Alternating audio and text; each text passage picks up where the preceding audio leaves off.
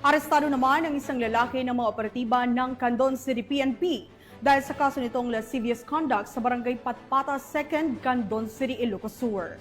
Ang report mula kay Patrolman Dennis Carinal.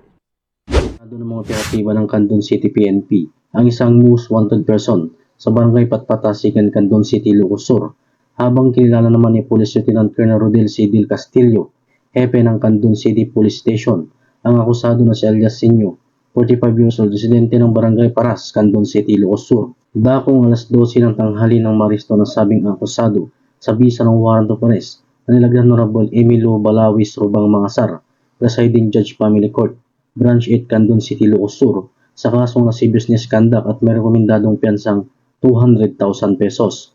Samantala, nasa kustodiya ng Candon City PNP ang nasabing akusado para sa dokumentasyon at tamang disposisyon. Ang tagumpay ng operasyon ay bunga ng magandang ugnayan ng mamamayan pambansang pulisya para mas lalo mapaigting ang kampanya laban sa kriminalidad tungo sa mapayapat tigtas na bagong Pilipinas. Mula dito sa Bicayne, Ilocos Region, ako po ang inyong Police News Network Correspondent, Patrolman Dennis Carinal, alagad ng batas, tagataguyod ng balitang pulis.